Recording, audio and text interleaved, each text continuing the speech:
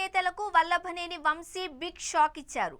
TDP ఆఫీసుపై దాడి కేసులో సత్యవర్ధన్ ఫిర్యాదు చేశారు. ఇక టీడీపీ ఆఫీసులో ఉద్యోగిగా సత్యవర్ధన్ పనిచేస్తున్నారు. సత్యవర్ధన్ను సాక్షిగా చేర్చి టీడీపీ నేతలు ఫిర్యాదు చేశారు. అయితే తనకు కేసుతో సంబంధం లేదంటున్నారు సత్యవర్ధన్.